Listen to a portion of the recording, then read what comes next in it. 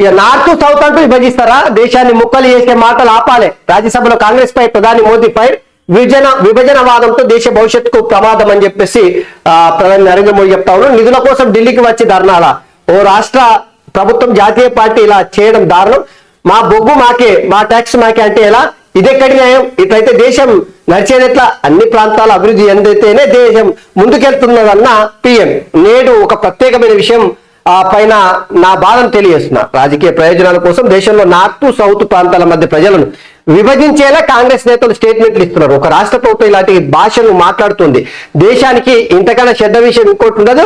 ఇలాంటి మాటలు దేశానికి మంచివి కావు. ఇవి దేశ భవిష్యత్తును ప్రమాదంలో పడేస్తాయని చెప్పేసి ప్రధాని నరేంద్ర మోడీ నిన్న పార్లమెంట్ లో కాంగ్రెస్ పార్టీ ఉద్దేశించి, ముఖ్యంగా కర్ణాటక ముఖ్యమంత్రి సిద్ధరామయ్య ఢిల్లీలో పోయి ధర్నా చేసే సందర్భంగా ఆ ధర్నాను ఉద్దేశించి ప్రధాని నరేంద్ర మోడీ మాట్లాడాడు.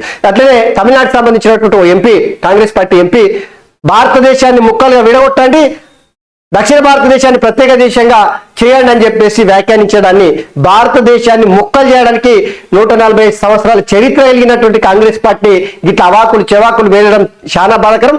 మా ప్రభుత్వం సబ్కా సాత్ సబ్కా వికాస్ అనే నినాదంతో ముందుకు వెళ్తుందని చెప్పేసి ప్రధాని నరేంద్ర మోడీ కాంగ్రెస్ పార్టీ పైన విరుచుకుపడ్డాడు. ఇక